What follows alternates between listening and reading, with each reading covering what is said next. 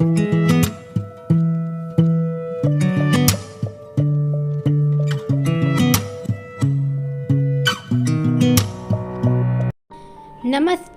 तव्हांजो स्वागत आहे पंहिंजे चैनल हिंदू सिंधी किचन में। अॼु असां ठाहींदासीं ब्रेड एग रोल तमामु घणा इज़ी वे में रमज़ान मुबारक जे लाइ, जीअं आसानीअ सां तयारु करे वञनि, यम्मी और टेस्टी।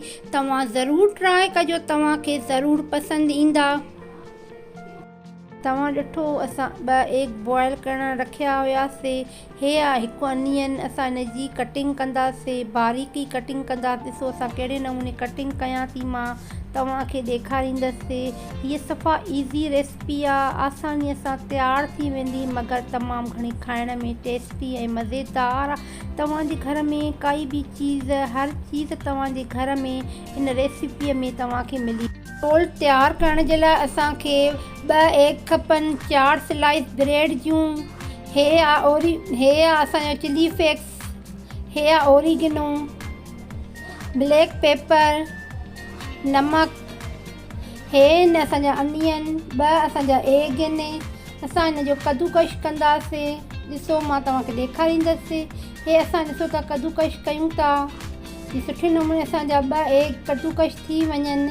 तमामु ईज़ी वे में तव्हांखे जेका इन में स्पाइसिस वणंदा हुजनि तव्हां इन में ऐड बि करे सघो था, मायोनीज़ बि तव्हां ऐड करे सघो था।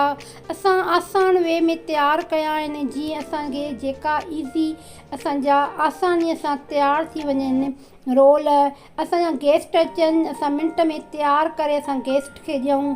तव्हां रमज़ान में बि तयारु करे सघो था, कंहिं ईज़ी वे में, सफ़ा आसान आहिनि, तमामु घणा यम्मी और टेस्टी आहिनि। तव्हां ज़रूरु हिकु दफ़ो ट्राई कजो।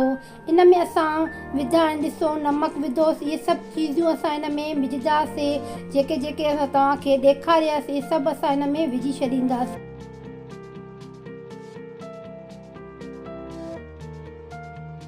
असां स्पाइसिस विझी छॾियासीं, मिक्स कंदासीं, चङी तरह सां मिक्स करे छॾींदा। असां हिन में हाफ लेमन विझंदासीं, हिनखे बि मिक्स कंदासीं। कटोरीअ में असां पाणी विझंदासीं, ब्रेड खे असां पाणी हणंदासीं, चङी तरह सां असां ॿिनी पासनि खां पाणी हणी करे दॿाए करे हिन जो पाणी कढंदासीं, जीअं खुश्क थी वञे असांजी ब्रेड। इन में असां बेस जेको तयारु कयो आहे असां हिन में विझंदासीं। ॾिसो कीअं असां रोल तयारु करण लाइ हिनखे असां चङी तरह सां बंदि कंदासीं, जीअं असांजो चौधारी बंदि थी वञे। ब्रेड खे असां ॾिसो त चङी तरह सां हिनखे अंदरि फिल कंदासीं, जीअं सुठो रोल तयारु।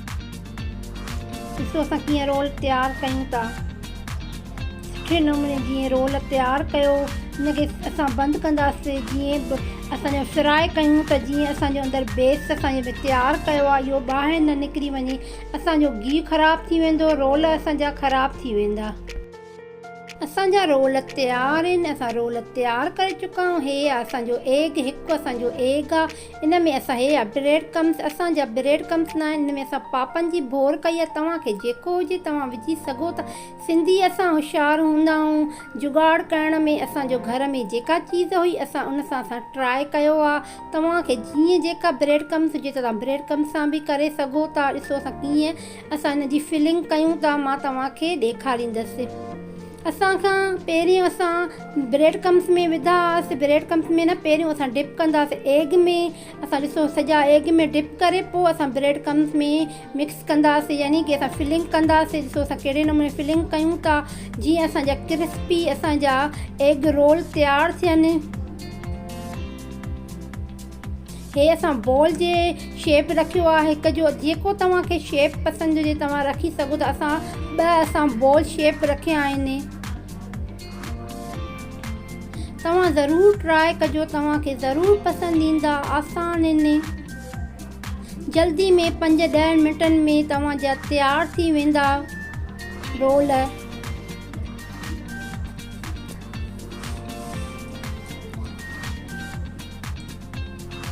तव्हां ॾिसो असांजा सॼा रोलनि खे असां फिलिंग करे चुका आहियूं। हाणे हलो त फ्राए कयूं। ॾिसो असांजो गिहु असां रखियो आहे, असां गिहु गरम थी वञे त पोइ असां हिननि खे फ्राए कंदासीं। तमामु घणो तेज़ गिहु गरम न हुजे। ब्रेड आहे, ब्रेड जा रोल आहिनि असांजा जल्दी हो थी वेंदा, जल्दी जल्दी फ्राए थी वेंदा। इन करे हल्की गैस रखो, नॉर्मल गैस में तव्हां इनखे फ्राए कजो। ॾिसो असां कीअं फ्राए कयूं था।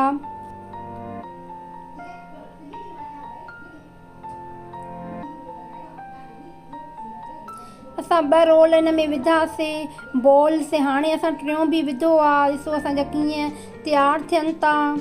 तव्हां बि ज़रूरु ट्राए कजो। मां तव्हांजे लाइ एतिरी महिनत कयां थी।